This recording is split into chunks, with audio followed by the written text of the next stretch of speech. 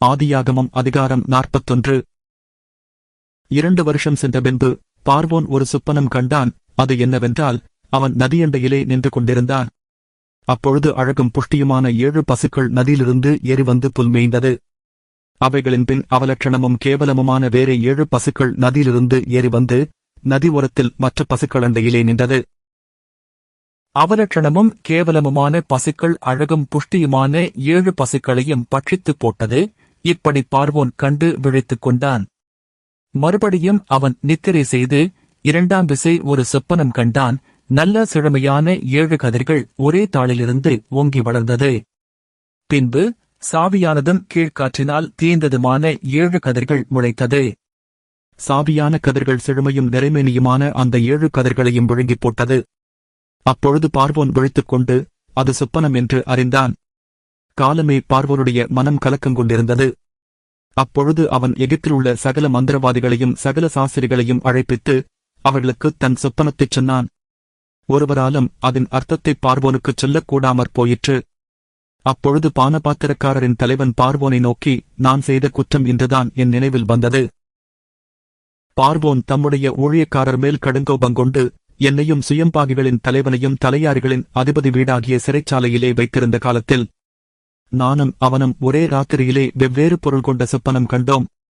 அப்பொழுது தலையாரிகளின் அதிபதிக்கு வேலைக்காரனாகிய எப்பிரிய பிள்ளையாண்டான் ஒருவன் அங்கே எங்களோடு இருந்தான். அவனிடத்தில் அவைகளைச் சொன்னோம். அவன் நாங்கள் கண்ட சொப்பனங்களுக்குரிய வெவ்வேறு அர்த்தத்தின்படியே எங்கள் சொப்பனத்தின் பயனைச் சொன்னான். அவன் எங்களுக்குச் சொல்லிய அர்த்தத்தின்படியே நடந்தது. என்னை திரும்ப என் நிலையிலே நிறுத்தி அவனை தூக்கிப் போடுவித்தார் என்றான். அப்பொழுது பார்வோன் யோசேப்பை அழைப்பித்தான். அவனை தீவிரமாய் காவல் கிடங்கிலிருந்து கொண்டு வந்தார்கள். அவன் சவரம் பண்ணிக்கொண்டு வேறு வஸ்திரம் தரித்து பார்வோனிடத்தில் வந்தான். பார்வோன் யோசேப்பை நோக்கி, ஒரு சொப்பனம் கண்டேன். அதன் அர்த்தத்தைச் சொல்ல ஒருவரும் இல்லை. நீ ஒரு சொப்பனத்தை கேட்டால் அதன் அர்த்தத்தைச் சொல்லுவாய் என்று உன்னை குறித்து நான் கேள்விப்பட்டேன் என்றான். அப்பொழுது யோசேப்பு பார்வோனுக்கு பிரதியுத்தரமாக, நான் அல்ல, தேவனே பார்வோனுக்கு மங்களமான உத்தரவு அருளிச் செய்வார் என்றான். பார்வோன் யோசேப்பை நோக்கி, என் சொப்பனத்திலே நான் நதி ஓரத்தில் நின்று கொண்டிருந்தேன். அழகும் புஷ்டியுமான 7 பசுக்கள் நதியிலிருந்து ஏறி வந்து புல்மேய்ந்தது. அவைகளின் பின் இழைத்ததும் மகா அவலட்சணமும் கேவலமுமான வேறே 7 பசுக்கள் ஏறி வந்தது. இவைகளைப் போல அவலட்சணமான பசுக்களை எகிப்து தேசமெங்கும் நான் கண்டதில்லை. கேவலமும் அவலட்சணமுமான பசுக்கள் கொழுமையான முந்தின 7 பசுக்களையும் பட்சித்துப் போட்டது. அவைகள் இவைகளின் வயிற்றுக்குள் போயும் வயிற்றுக்குள் போயிற்றென்று தோன்றாமல் முன் இருந்தது போலவே அவலட்சணமாயிருந்தது. இப்படிக் கண்டு விழித்துக் கொண்டேன். பின்னும் நான் என் சொப்பனத்திலே நிறைமேனியுள்ள 7 நல்ல கதிர்கள் ஒரே தாளிலிருந்து ஓங்கி வளரக் கண்டேன். பின்பு சாவியானவைகளும் கீழ்காற்றினால் தீந்து பதறானவைகளுமான 7 கதிர்கள் முளைத்தது. சாவியான கதிர்கள் அந்த 7 நல்ல கதிர்களையும் விழுங்கிப் போட்டது. இதை மந்திரவாதிகளிடத்தில் சொன்னேன். இதன் பொருளை எனக்கு விடுவிக்கிறவன் ஒருவனும் இல்லை என்றான். அப்பொழுது யோசேப்பு பார்வோனை நோக்கி, பார்வோனின் சொப்பனம் ஒன்றுதான், தேவன் தாம் செய்யப் போகிறது இன்னதென்று பார்வோனுக்கு அறிவித்திருக்கிறார். அந்த 7 நல்ல பசுக்களும் 7 வருஷமாம், அந்த 7 நல்ல கதிர்களும் 7 வருஷமாம், சொப்பனம் ஒன்றே. அவைகளின் பின் ஏறிவந்த கேவலமும் அவலட்சணமுமான 7 பசுக்களும் 7 வருஷமாம், கீழ்காற்றினால் தீந்து சாவியான 7 கதிர்களும் 7 வருஷமாம், இவைகள் பஞ்சமுள்ள 7 வருஷமாம். பார்வோனுக்கு நான் சொல்ல வேண்டிய காரியம் இதுவே. தேவன் தாம் செய்யப் போகிறதை பார்வோனுக்கு காண்பித்திருக்கிறார். எகிப்து தேசமெங்கும் பரிபூரணமான விளைவு உண்டாயிருக்கும் 7 வருஷம் வரும். அதன்பின் பஞ்சம் உண்டாயிருக்கும் 7 வருஷம் வரும். அப்பொழுது எகிப்து தேசத்தில் அந்த பரிபூரணமெல்லாம் மறக்கப்பட்டு போம். அந்த பஞ்சம் தேசத்தை பாழாக்கும். வரப்போகிற மகா கொடுமையான பஞ்சத்தால் தேசத்தில் முன்னிருந்த பரிபூரணமெல்லாம் ஒழிந்து போம். இந்த காரியம் தேவனால் நிச்சயிக்கப்பட்டிருக்கிறது என்பதையும் தேவன் இதை சீக்கிரத்தில் செய்வார் என்பதையும் குறிக்கும் பொருட்டு இந்தச் சொப்பனம் பார்வோனுக்கு இரட்டித்தது. ஆகையால் விவேகமும் ஞானமுமுள்ள ஒரு மனுஷனைத் தேடி அவனை எகிப்து தேசத்துக்கு அதிகாரியாக பார்வோன் ஏற்படுத்துவாராக. இப்படி பார்வோன் செய்து தேசத்தின் மேல் விசாரணைக்காரரை வைத்து பரிபூரணமுள்ள 7 வருஷங்களில் எகிப்து தேசத்திலே விளையும் விளைச்சலில் 5 ஒரு பங்கை வாங்கும்படி செய்வாராக. அவர்கள் வரப்போகிற நல்ல வருஷங்களில் விளையும் தானியங்களை எல்லாம் சேர்த்து பட்டணங்களில் ஆகாரம் உண்டாயிருக்கும்படிக்கு பார்வோடைய அதிகாரத்துக்குள்ளாக தானியங்களை பத்திரப்படுத்தி வைத்து வைப்பார்களாக.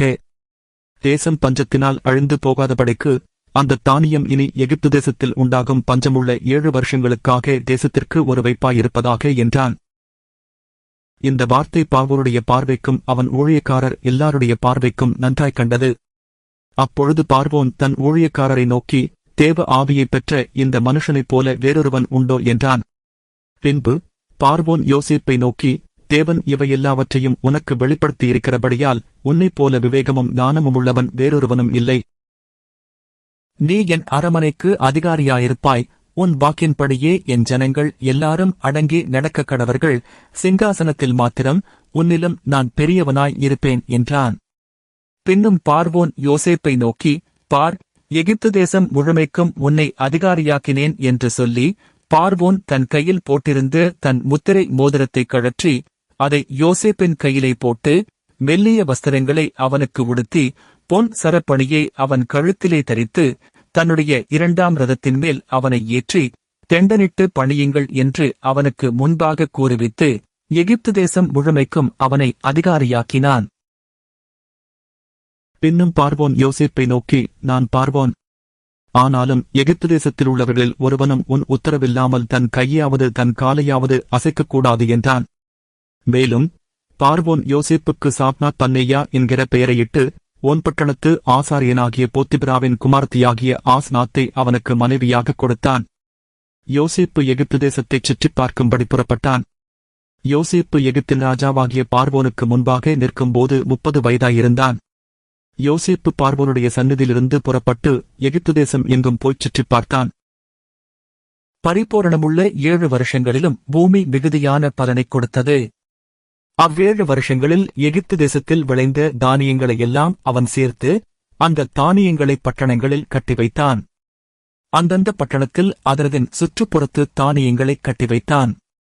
இப்படி யோசேப்பு அளவிருந்ததாய் கடற்கரை மணலைப் போல மிகுதியாக தானியத்தை சேர்த்து வைத்தான். அது அளவுக்கு அடங்காததாயிருந்தது.